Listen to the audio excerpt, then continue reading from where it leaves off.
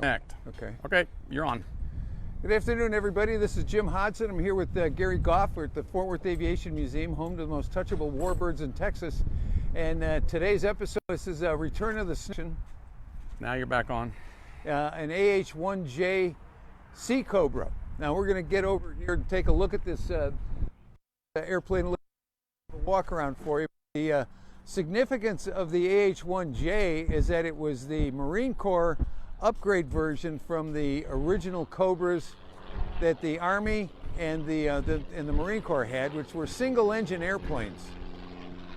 They were designed to replace the Huey gunships as a smaller, faster, more powerful. The issues of dealing with a show at an airport, right? So as he goes by, so the Cobra was developed in the late '60s. The Cobra was put into use by the Marine Corps as a forward air control airplane, as well as an airplane that was used for attack. So this is actually the longest serving FAC airplane in the U.S. inventory is the AH-1 Cobra. Now this particular one, the Sea Cobra, the upgraded model, and it has two engines, something that the Marine Corps wanted. They like to have safety, survivability, and safety. So we're going to walk around it a little bit. If you're familiar with the Army version, you'll notice the biggest difference here is the cockpit. It has a more round cockpit, which is used primarily for the observation purposes and being able to see over the side of the airplane. We've got some panels over. Additions, the original Cobras had a 7.62 minigun and a grenade launcher in the turret. This one was replaced by the M197 20mm Gatling gun. A very, very useful weapon. They had an ammunition bay and the ammo bay right here. This open space is where the ammunition would be held. They would normally carry about 750 rounds, and they would try to fire 30 to 50 round bursts with the gun when they used it. Now, the gunner's in the front seat on this airplane. Gary will be able to show you a little bit inside the cockpit, but this is the gunner's seat. So this is his sighting, and he has his sticks, and he can control the gun, and it will move around and slew around with the sight. So the gunner sits in the front seat. The helicopter aircraft commander sits in the back seat, and you'll notice, and we've talked about this with the other ones, that the back seat is slightly raised from the front seat, so he can actually see up over the person in the front seat and fly the airplane from there. You may notice on the instrument panel that it isn't all instruments. We've got some plexiglass and paper. This airplane came to us from the National Naval Aviation Museum, Florida. We went down there with a crew of 4 of us, went down there on Monday, drove down on Tuesday. We picked it up and loaded it on a truck and brought it back on Wednesday and unloaded it on Thursday. So it's just here. This particular Cobra has a kind of a mysterious background. Mysterious from the standpoint that we know that it was on display in the museum for 10, 11, 12 years, maybe longer. Before that, the museum tells us that the airplane was a ground trainer for maintenance and systems training, but we've also got a bureau number associated with this that suggests that the airplane was in a couple of Marine Corps squadrons before it went into what's referred to as NAM Tridette, which was the maintenance training facility. So that's why when you take a look at this, you're going to see in the cockpit some of the instrumentation is real, that it is plexiglass over paper. Now what we wanted to do is show you back here a little bit the inside of the helicopter as Gary walks along. This is the transmission, and Chris, you can jump in here anytime. Yeah, please. But this device is the transmission that goes up, and the shaft goes up through the top, and that's where the main rotor is going to be, is up there. Yeah, the big wheel you see there is the rotor brake. That was a modification for the Marine Corps for shipboard use. This one right here? What do you need a rotor brake for? So instead of having the rotor brake, or the rotor coasts down, they can stop it right away for operation safety. Oh, for shipboard. Makes sense. Okay. Yeah, that makes sense. And that's another reason it's called the Sea Cobra. It was designed because to it's be on a used boat. on Yeah. LPHs and carriers. Okay, cool. Now this is it has 2 engines, but it's not truly a 2-engine aircraft because there's only one gearbox. So they have what's called a C-box, or a combining gearbox. Both of the engine inputs go into a single shaft, which goes into the transmission. So it's not a true twin-engine aircraft. It's called a twin pack. What would a true? What's the difference? Like a 2-engine one's gonna, it has 2 rotors or something? No, a 2-engine one would have 2 separate drive shafts going into the transmission. This only has a single drive Now, shaft. do you happen to know much about the Zulus? Yeah, the Zulu. I don't believe they have a combining gearbox anymore. I think they have 2 That's separate. that's Yeah. two complete separate engines. 2 separate engines with 2 separate drive shafts. Drive shafts. Yeah. Okay. Whereas this one has 2 separate engines, but one common drive shaft. Okay, didn't know you could do that. Wow. So, anything else in here you'd like to point out to everybody? No. Okay, good. That's a. Well, I'm glad you have Are the they? buy. Are the engines like? This is a fairly clean engine, man. I'm like, wow. Well, Does that normal, or are these? Because you've been out there, you know what these things are like. Are they just covered in grease and everything else, or no. do they stay clean like this? Yeah. yeah, and as Wow. and as a training device, the job is to take these things in and out. Learn how to take and do engine changes, do transmission changes. That comes out of that box, Yeah. that hole right there? Yeah. You got to be kidding me. You've got this gusset that goes around the outside, Holy and then cow. you take the firewalls out, and you can take the whole thing and bring it right How out. long would it take, man hours, to take an engine like that out? Just a few hours. I've seen engine changes done in about 4 hours. And so These guys are good. both of these engines, which when we went to get the airplane, we were told that the engines had been removed. Obviously, they haven't. Nope. But that made this a little bit heavier than we thought it was. Okay, now, The engines weigh? The engines weigh just under 700 pounds each. So the Wikipedia and stuff will tell you that this airplane operational empty weight is going to be about 6,500 to 7,000 pounds. Wow. So without the engines, we're getting down close to 5,000 pounds. How did you get involved with the Cobra? I mean, what is this something that you've always done, always wanted to be a part of, or how did you physically get into something to know how this stuff works? Oh, I'm a former Army aviator, so. So you flew them? I did not fly Cobra. Okay. But I flew a lot of Bell aircraft, and Bell kind of engineers things. Keeps them the way. same? Yeah, Okay. 50 years, you can look at an old Bell and see some of the same parts and some Wow. of the same designs. Wow. So one of the things that people notice a lot about this airplane since we've had it is the color scheme. The color scheme is considered to be a Desert Storm Middle Eastern color scheme with the sand and the green. It's different than what the traditional or the most commonly seen Desert Storm colors are, which tended to either be gray or the tans and browns, or like our OV-10, which is black and gray and green. But that was an experimental color towards the end of that war also. This color scheme, we still need to get some history on it, but we don't know that it was ever an operational color, but it sure does look cool. We like it a lot. That looks cool, Yeah, we yeah. like it a lot. So if you come back here, Gary, you can show the dual stacks on the airplane. Definitely For two the engines. for the 2 engines. And this one was also before they had a lot of the deflectors. If you look at the Zulu models, the exhausts are much, much bigger. Interesting. It looks like the radiators here in the back. That's those are the engine oil coolers and the transmission oil cooler. How would they get cooled in the back of the airplane? It seems weird to me. There's 2 impellers you see Okay. that run air from the accessory gearbox through those to cool the oil. Wow. And it's Wow. Oh, here we go. Yeah. Jason's pointing those out for us. They look like big fans. They look like Now, big come on this side. Oh, here they are, right here. Thank you, gentlemen. Right Oh back in yeah, here. there they are. So that's Yeah. another Bell design. They make a single element filter, so you have engine and Interesting. transmission oil filters all in one. Well, they're just so different than jets. Yeah. although the people who flew these considered themselves kind of the fighters of the helicopter world. Oh yeah. I learned a valuable lesson when I was in OV-10s, and I'm going to share this because I can do this. Because it's 30 years after it I happened, was, right? Yeah.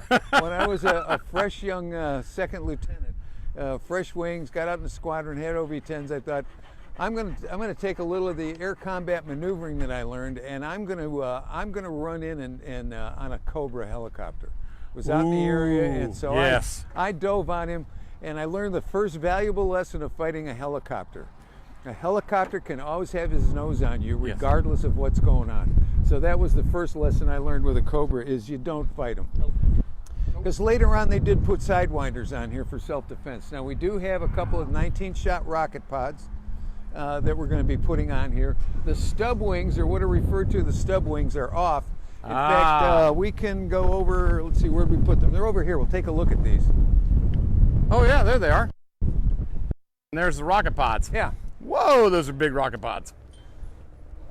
So these Stub wings, look at that. These are upside down right now, but these are referred to as stub wings.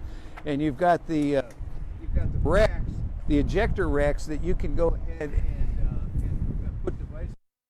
These rocket pods, 19-shot rocket pods. We use these a lot on the OV-10. Yeah. And those would go right on here. Normally on a Cobra, you have a 7-shot, and you'd have a 19-shot, or they would have something else along. So these will go back on the airplane for display. And one of the things that Gary and I were looking at earlier was what the Cobra was originally designed to do. And you want to share that, Gary? The only things that there's two things that I thought was pretty cool about this aircraft. One, it was specifically designed to go against the Ho Chi Minh Trail, which is a very dangerous place to be if anybody knows their history. Oh my gosh. And then two, you said something about it would shoot a burst of 30 to 50 bullets per burst. Right. And the ammunition is so powerful when it comes out of the barrel that the recoil would actually back the helicopter up, and so the guys had to put a little forward stick pressure on it to keep the platform platform stable for shooting, because obviously if you're backing up, the bullets aren't going to go where they want to. But I thought, my God, that's a powerful weapon, because I just flew airplanes, and we'd have Gatling guns go all the day long, and it never really impacted us whatsoever.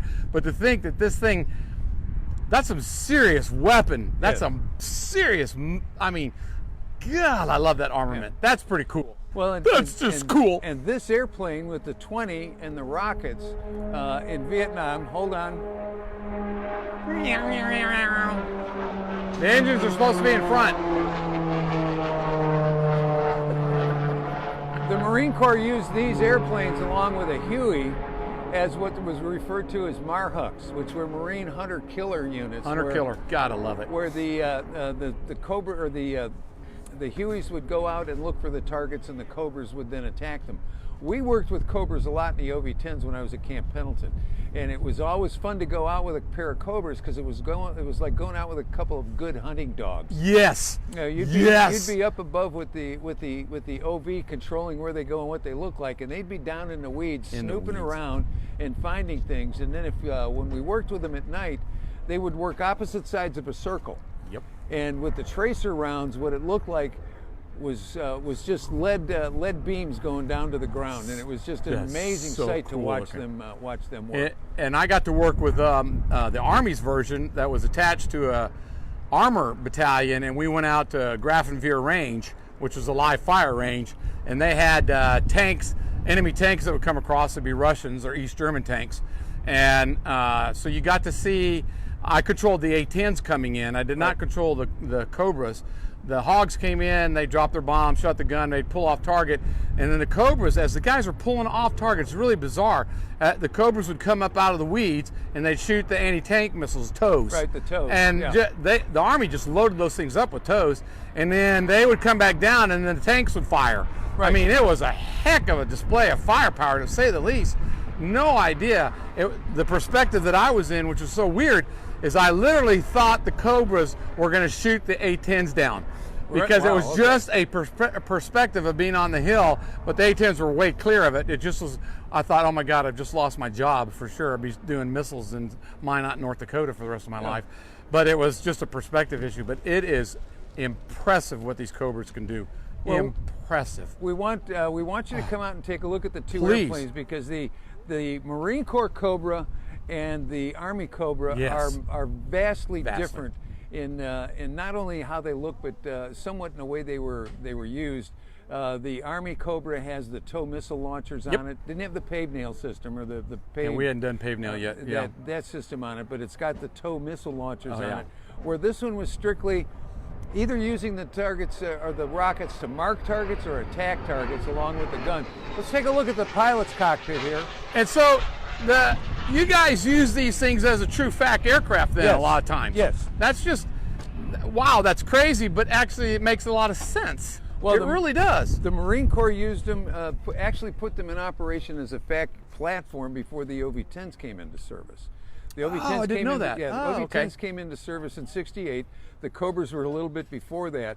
The Cobras were put into service as a forward air control airplane. The Hueys had been used for that for a little bit. But then the Cobras came in and were used as a fact platform and as a light attack helicopter. But they have continued the forward air control function up through today. That makes sense. I mean, and like you said at the very beginning, the way the cockpit is designed, it's so easy to see the difference between this and the Army one. Yeah, I can see why. Open this up here, and Gary, you can got go it. ahead and see if you can get in there and take a look a little bit. So again, the pilot sat in the back. He's got full flight controls in the back, and you may be able to show up front a little bit. The airplane could be flown by the gunner up front also, but the cockpit or the helicopter aircraft commander sat in the back. This control yoke-y thingy that helicopters do is massive. Yes. Freaking massive. Good. The collective and the sick. Collective, that's what it's called. Collective and the sick. Yeehaw, dude, that's crazy. But you take a look at the instrument panel, and it's going to look very reminiscent of almost any fighter airplane or attack airplane that you've flown. like that. Yes. We even had torque gauges. And there's what we call the idiot panel. Right. When the light comes on, hey idiot, take care of this. Wow, this is cool. So we are just This is a clean cockpit, man. Yes, it is. There's not much stuff in here at all. No. Holy cow. We're very grateful to have this airplane. This is special. You said My God, I had no idea. as an addition to the petting zoo, we've been kind of referring to it as as now we have a snake pit. Snake. Yep. Snake pit. We have we have 3 Vipers. We've got the Army Cobra, we've got the Marine Cobra, and then we have the other Army Cobra that is painted up in an Army and a Marine with the shark's mouth on it. That's what's really cool. and that one's on the trailer, so it can be taken around and shown to people. On display purposes. Wow. So are we Amazing. getting any questions? Can you tell? If we are, I can't read it. Okay. All right. We're going to leave that for here for today. We're going to be able to we'll come online later on and answer any of the questions you've got. But this is the latest edition. This is aircraft number 32 for our collection, which truly makes us the largest collection of touchable warbirds in the state of Texas. So that would also include a lot of other places around the country. But come on out and see us. This airplane will probably glow in the glowworm. We're going to have to start looking at how we're going to get some of our valuable collection inside of a building. So at any rate, come out and see us. Like us on Facebook. Bring your friends over to do that too. We hope you all have a good Thanksgiving. So from here at the Fort Worth Aviation Museum, home to the most touchable warbirds in Texas, it's Jim and Gary saying, See ya. see ya. And the off button is